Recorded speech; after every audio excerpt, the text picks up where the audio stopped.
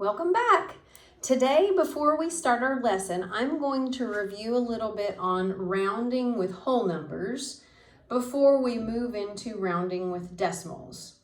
When you were in third grade, you first started learning about rounding, and Miss Eisenberg taught you about rounding with a vertical number line. So I'm going to review that process with you briefly. If I started with this number, 284, and I was going to round it to the hundreds place. If you remember, we drew a vertical number line, and we said this number has a 2 in its hundreds place. So I would put that at the bottom, 200, and the next 100 up would be 300. And then a very important part of rounding is identifying what's the midpoint, or what's the halfway point, or the middle mark between those two hundreds. Well, directly between 200 and 300 is 250. So you set up this vertical number line, and then we identified where our number is located. The number we're talking about is 284. Which goes past this middle point. 284 is somewhere up here. So it goes past the middle mark. So that means my number is closer to the next 100 up. It's closer to 300. Okay? Well, let's think about this number if I focused on rounding to the closest tens place. Okay, so I'm going to think about a vertical number line again, and say this number has an 8 in its tens place. So the 10, I'm going to put that 10 at the bottom, 280. The next 10 up would be 290. And then again, that important step is identifying the midpoint. The midpoint is 285.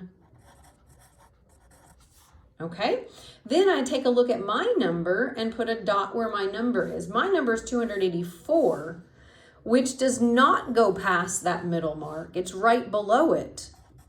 So that means my number is closer to this 10. So it would round to 280. Notice in both of these examples that finding that midpoint or that middle mark always involves a 5. Okay, the midpoint is always a 5. Okay, and that's going to come into play when we start rounding decimals. Okay, in 5th grade, we start to try to move away from the vertical number line and try to do it kind of mentally. But again, you're really just looking for the place where you're supposed to round, and then identifying, does your number go past this middle mark? If it goes past the midpoint, you round up. Or if it's right at the middle mark, it rounds up to the next 100 or the next 10 or the next 10th or 100th. If it does not go past that 5, if it's below 5, you keep the same 10 that your number had, or the same 100. Okay, so we're going to apply this to rounding decimals.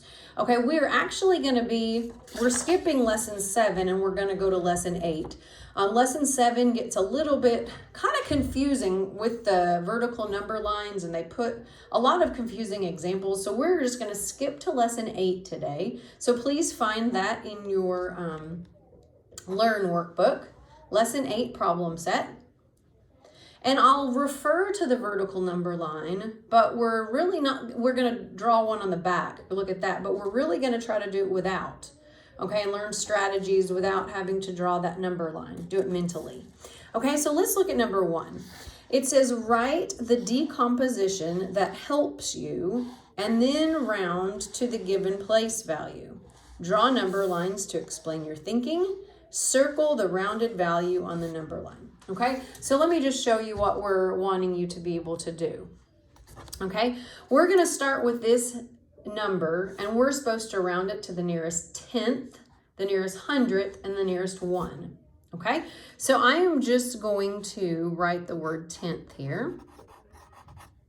Okay, and I'm going to write my number 32 and 697 thousandths. And I'm going to underline the tenths place because that's the one I'm focusing on. Okay, now, if you think about that vertical number line, this tenth would go at the bottom, the 6. The next tenth up is 7.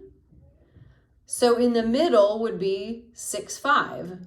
Well, does this number go past that halfway point? Well, look at this. That goes past a 5, so you would round up to the next tenth, which would be 7 tenths. So this number would round to 32 and 7 tenths.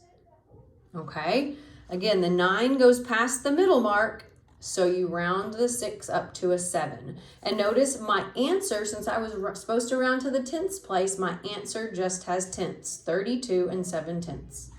Okay, so let's take this same number and let's go to the hundredths place. Okay, so I'm going to rewrite my number and I'm going to underline the hundredths place this time. Okay, well, remember on the vertical number line, the 9 would be at the bottom because that's the hundredth I have. At the top, it would be the next hundredth up, which would be 70, okay, because you'd have a 69 at the bottom, 70 at the top. In the middle, it would be 695. So you look at this number right here. Does this go past a 5? Go past that midpoint? Yes, it does. So we round this up to the next hundredth, which would be the 70, okay? So my number would round to 32.70.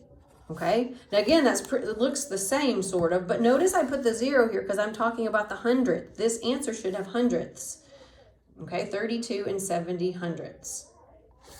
Okay, then the last one, it says round to the ones place, the nearest 1. Okay, so again, I'm going to write my number and I'm going to underline the ones place. Okay, so again, think about that vertical number line. 32 is at the bottom. The next one up would be 33. So what's in the middle? 32.5. Again, remember, you look to that next number. Okay, does this number go past a 5? Yes, it does. So that means you round up to the next one, which would be 33. Okay, so notice my rounded answer just has to the ones place. It would round to 33. Okay, so this is the strategy we're going to use in 5th grade. So I'm still talking through those vertical number lines, but we're moving away from drawing them.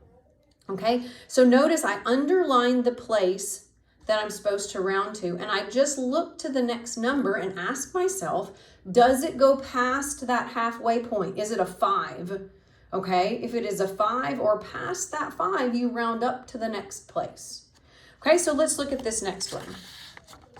I'm supposed to take this number and round it to the tenths place first. Okay, so I'm going to write the word tenth. I'm going to write my number. I'm going to underline the tenths place.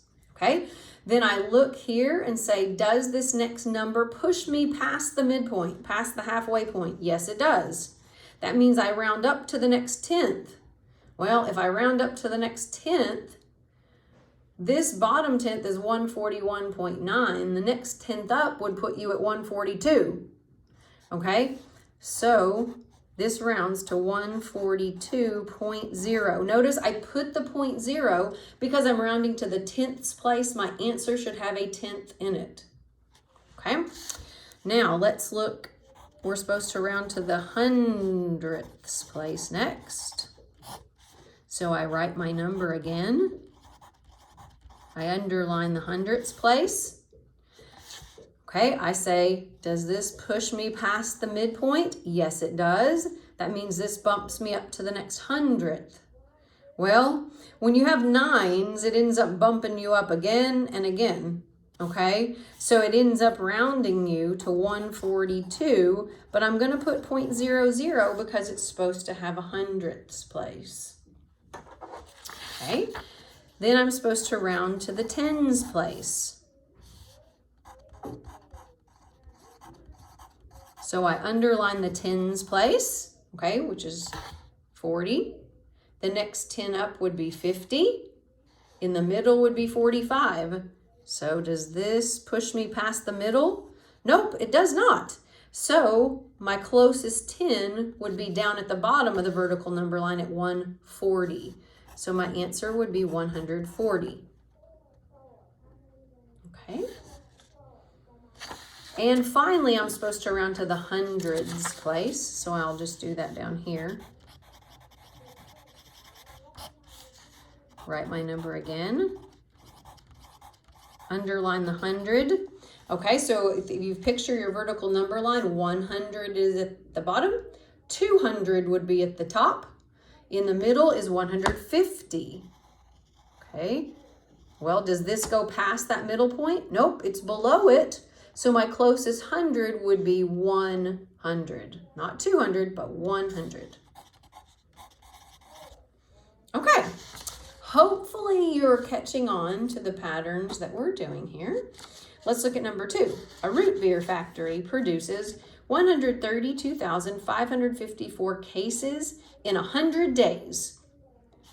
About how many cases does the factory produce in 1 day? Round your answer to the nearest tenth of a case. Okay, well, first of all, this factory makes this many cases in 100 days. So let's think about 1 day for a second. Well, to get in 1 day, you'd take this many cases and divide it by 100 days. So if we took 132,554 and divided it by those 100 days to figure out 1 day, if you divide by 100, remember your digits get 2 places smaller on the place value chart. So this 1, if it moves down 2 places on the place value chart, would put you in the thousands place. So the 1 moves to the thousands place, and then the other numbers follow. 3, 2, 5, 5, 4. Those get pushed down past the decimal point. Okay?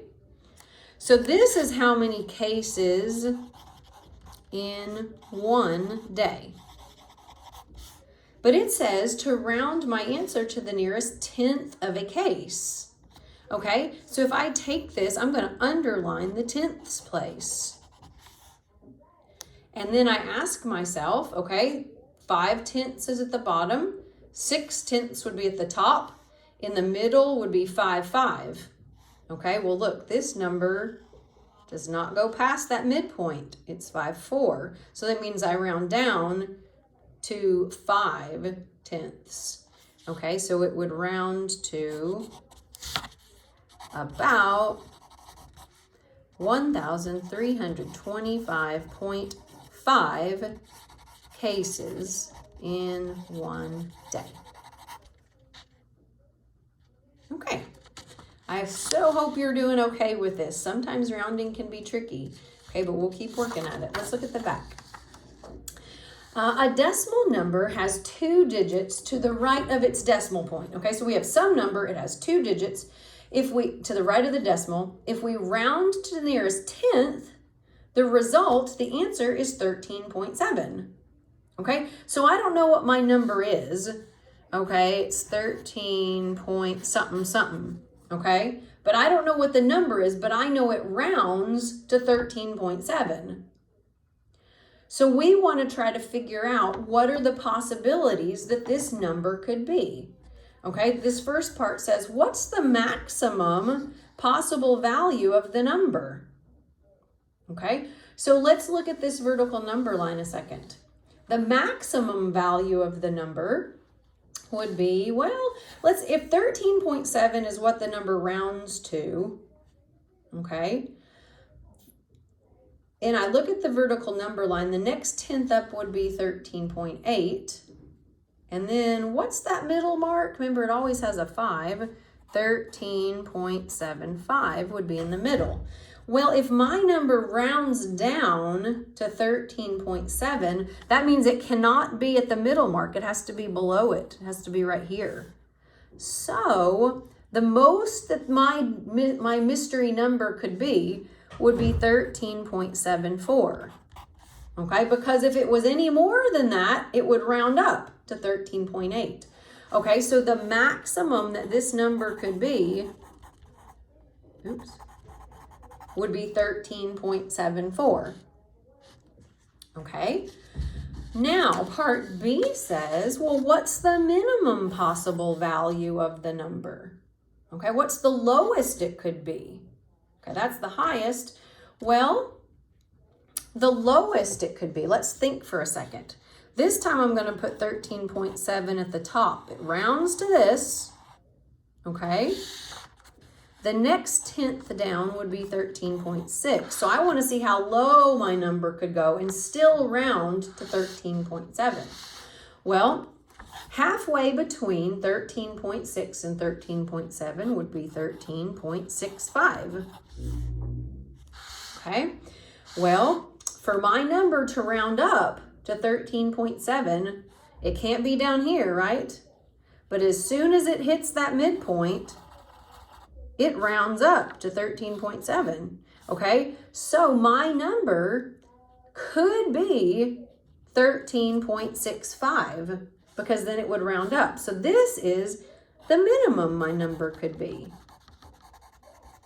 okay? So my mystery number that we talked about up here could be anywhere between 13.65, that's the lowest it could be, anywhere between 13.65 and 13.74, okay? Anywhere in there, it would round to 13.7, okay? 13.65 rounds up to 13.7, and 13.74 rounds down to 13.7, okay? All right. This was a little bit shorter, this lesson on rounding.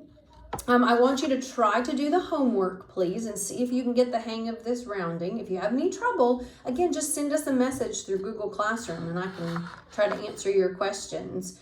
The next thing that we have coming up is going to be our mid-module test. We're already halfway through our first chapter. Okay, so that's going to be the next thing. And that test is going to be on Friday if you guys are here and feel comfortable taking it, okay? Miss Ballard wanted me to tell you a good way to review for this is to just go back through your Learn book and practice with the exit tickets, okay? We have exit tickets from lessons 1 through 8, okay? You can do them all if you want to. You don't have to do any, but it's a good way to review. So if you go back and work through them just to kind of refresh your memory, that's a really good way to study, okay? So good luck with this lesson, and hopefully we will see you really soon. Have a great day.